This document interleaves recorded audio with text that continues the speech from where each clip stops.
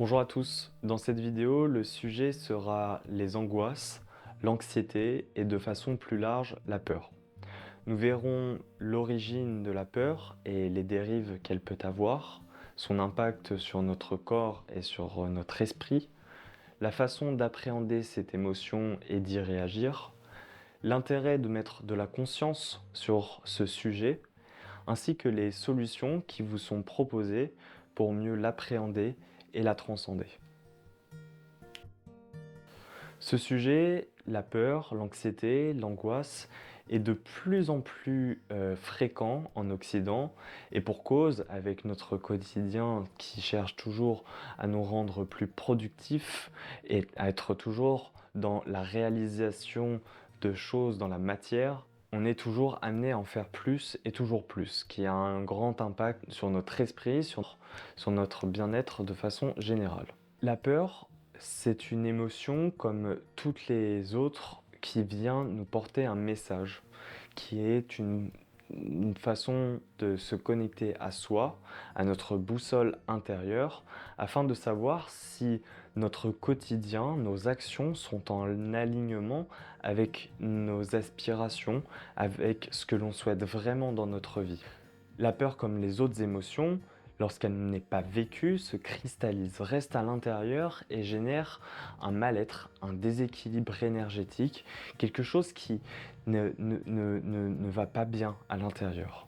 Vibratoirement, ça a un impact qui vient nous réduire en vibration et qui vient nous empêcher de rayonner pleinement notre lumière. La peur est une émotion fondamentale et, et bienfaisante, dans la mesure où elle cherche à nous protéger, elle cherche à nous éviter de nous mettre en danger dans notre intégrité physique, psychologique, énergétique. De façon globale, la peur vient nous éviter de nous mettre en danger. Dans des situations qui déclenchent l'émotion de peur, notre corps réagit de façon physiologique. Et la première sensation qui est d'ailleurs bien désagréable, c'est l'augmentation du rythme cardiaque. Les palpitations, cette tachycardie qui vient mettre tout le système vasculaire en sur-régime afin de pouvoir réagir de façon rapide à la situation que notre subconscient ou même notre conscient détermine comme dangereuse. Notre corps sue, nos muscles se mettent en tension, notre respiration s'accélère, elle devient plus superficielle et surtout plus haute, plus au niveau de la cage thoracique. La plupart du temps, cette réaction de peur, cette réaction physiologique est justifiée, notamment quand notre vie est mise en danger. Voilà, j'ai une voiture qui me fonce dessus, mon corps se met en réaction et là c'est justifié. Sauf qu'aujourd'hui, bien des situations, bien des événements et des éléments de notre environnement viennent générer de façon artificielle, de façon injustifiée et même peut-être irrationnelle et nous met dans un état de stress, de réaction, de peur et génère du mal-être. Notre esprit est constamment en train de calculer, d'anticiper, de prévoir si une situation va évoluer de façon positive ou négative. Et il arrive qu'il fasse des suppositions sur ce qu'il pourrait se passer. Et quand bien même cette supposition est bien sûr irréelle, immatérielle, notre réaction physiologique, notre bien-être est réellement impacté, lui. Alors, les causes de ces peurs irrationnelles, de cette anxiété de façon générale qui peut se manifester en angoisse de façon plus soudaine, peut s'expliquer notamment par les traumatismes qui sont ces événements de notre vie que notre subconscient nous a jugés insuffisamment forts pour gérer la situation et qu'il a un petit peu mis de côté pour pouvoir y revenir plus tard et y faire face dans un état plus propice et avec plus de force pour s'y confronter. C'est des moments dans lesquels on a été dissocié de notre réalité et qui a laissé un impact dans notre inconscient. On a aussi tout ce qui gravite autour des croyances limitantes notamment, qui vont avoir un impact voilà, sur notre appréhension du monde, de notre environnement, et donc qui peut générer des peurs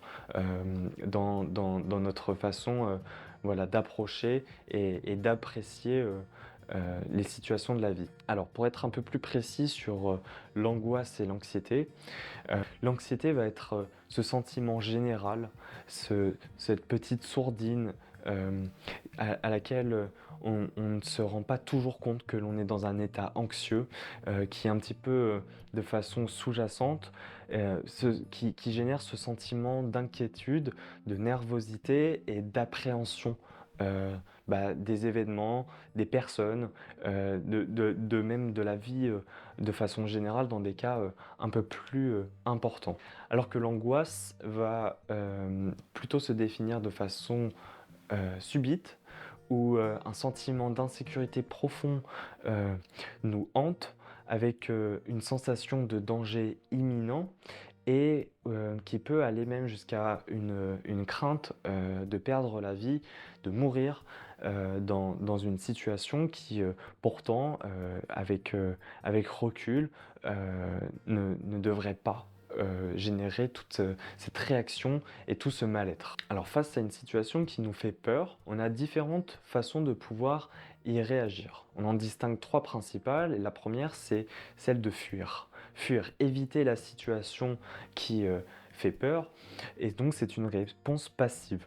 On va s'éloigner du sujet, de l'objet ou de la chose qui génère la peur. Pour exemple, une personne qui a peur de l'avion fera toujours en sorte de voyager sans avoir à prendre l'avion. Malheureusement, cette façon de réagir à la peur n'est pas bénéfique, ne permet pas d'avancer dans cette peur et peut même au contraire alimenter le problème et l'amplifier.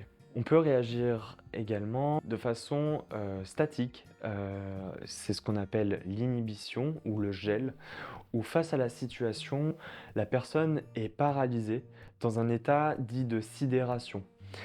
Elle ne peut pas réagir, c'est trop d'un coup, et il est impossible à la personne de réagir d'une autre façon par l'action. Enfin, on a la réaction de confrontation. C'est une réponse donc active où là, on va faire face à notre peur.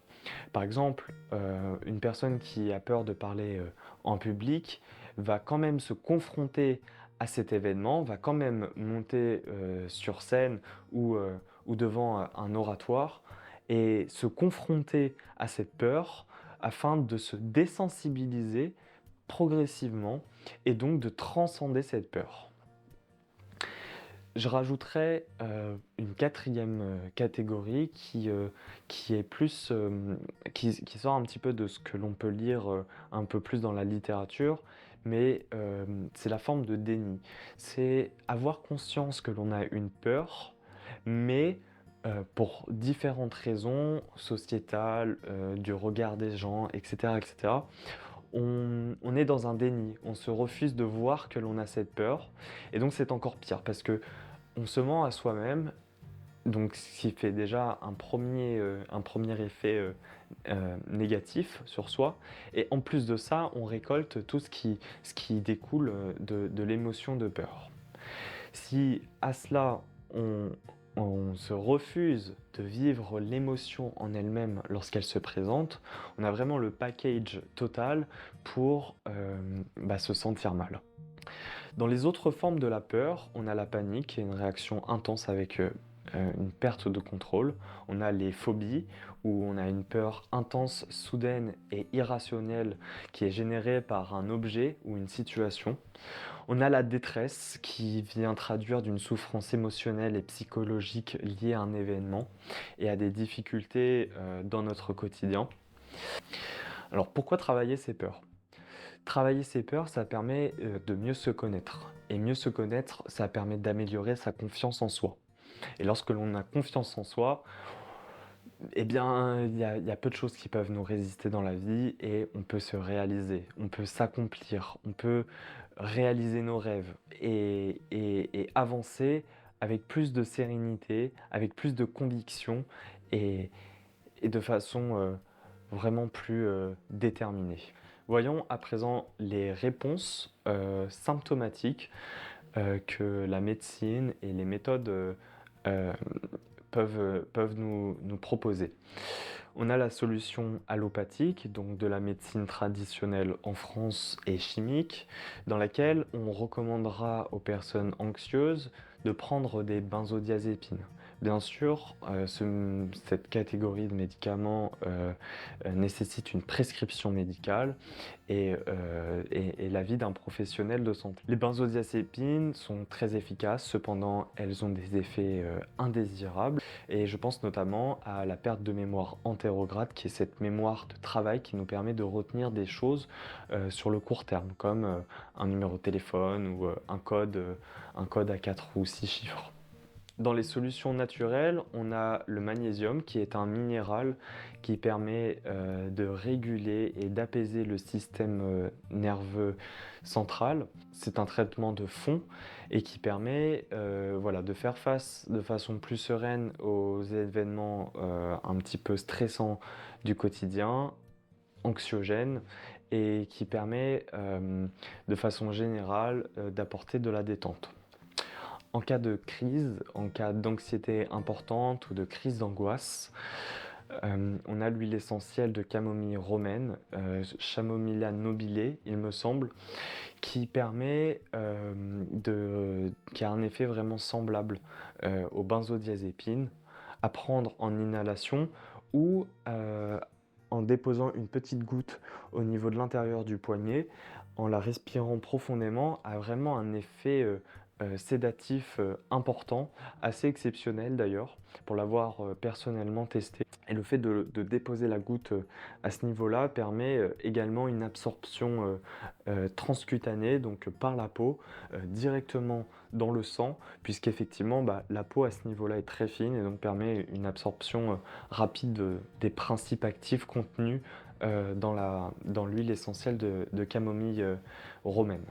On a aussi, pour répondre de façon rapide à des crises d'angoisse et à l'anxiété, des petits sprays, buccaux, qu'on retrouve en pharmacie, qui sont, un mélange de différentes plantes et que je trouve particulièrement pertinent, de par sa praticité et sa rapidité d'action puisque, l'absorption se fait, par la muqueuse buccale, sous la langue. Dans les modes de vie et les méthodes, on a évidemment la méditation. Les bienfaits de la méditation sont nombreux et dans l'anxiété, c'est assez, surprenant, les progrès, que l'on peut faire dans cette appréhension des émotions, de la peur, de l'angoisse et de l'anxiété.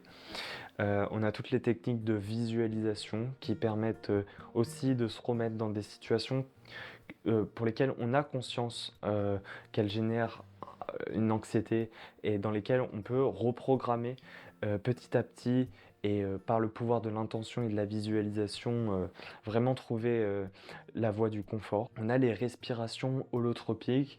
Encore une fois, là, c'est tout un sujet, mais la respiration holotropique permet de faire remonter des émotions qui sont bloquées et qui peuvent être justement à l'origine de certaines peurs.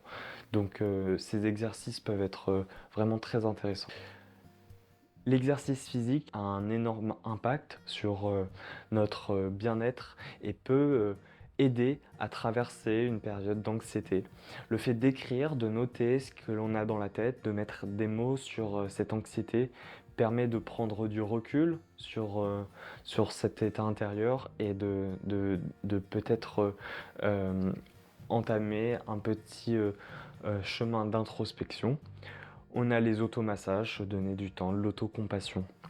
Enfin, si vous souhaitez accélérer ce travail et vous faire accompagner, Évidemment, les professionnels de la psychologie sauront vous accompagner, notamment avec les TCC, les thérapies comportementales cognitives, qui sont un package de 8 à 10 séances qui permettent voilà, aussi de traiter le problème dans le fond.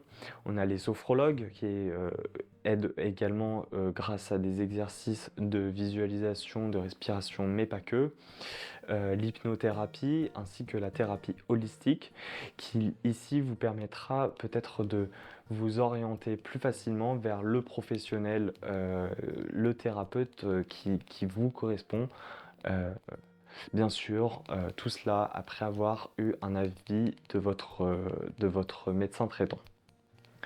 Dans tous les cas, n'oubliez pas qu'une émotion, c'est un message de notre corps, de notre esprit, de nos corps au sens plus large énergétique, et qu'elles se doivent d'être vécues pour passer à autre chose et qu'elles ne grandissent pas à l'intérieur en générant encore plus de mal-être.